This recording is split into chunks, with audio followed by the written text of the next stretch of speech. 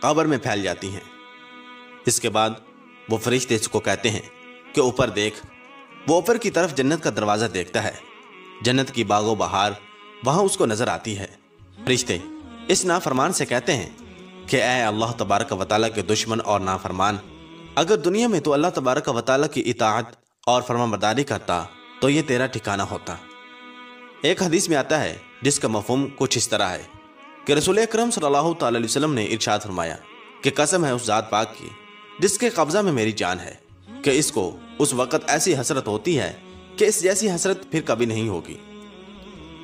پھر دوزخ کا دروازہ کھولا جاتا ہے اور وہ فرشتے کہتے ہیں کہ اے اللہ تبارک و تعالیٰ کے دشمن، یہ تیرا ٹھکانہ ہے، اس لیے کہ تو نے اللہ تبارک و تعالیٰ کی نافرمانی کی۔ پھر جہنم کے 70 دروازے اس کی قبر میں کھول دیے جاتے ہیں، جن سے قیامت تک گرم ہوائیں اور دھواں وغیرہ اس کو آتا رہتا ہے۔ الامان والحفیظ۔ معزز دوستو، قبر کا معاملہ بڑا سخت ہے۔ حضور اکرم صلی اللہ تعالی علیہ وسلم نے ارشاد فرمایا کہ قبر تمام فتنوں سے بڑھ کر بڑا فتنہ ہے۔ ہمیں چاہیے کہ ہم اللہ تبارک و تعالیٰ کی نافرمانی سے بچیں اور نیک اعمال کریں اور قبرستان میں جایا کریں تاکہ ہمیں بھی اپنی موت کی یاد آئے اور موت کو یاد کر کے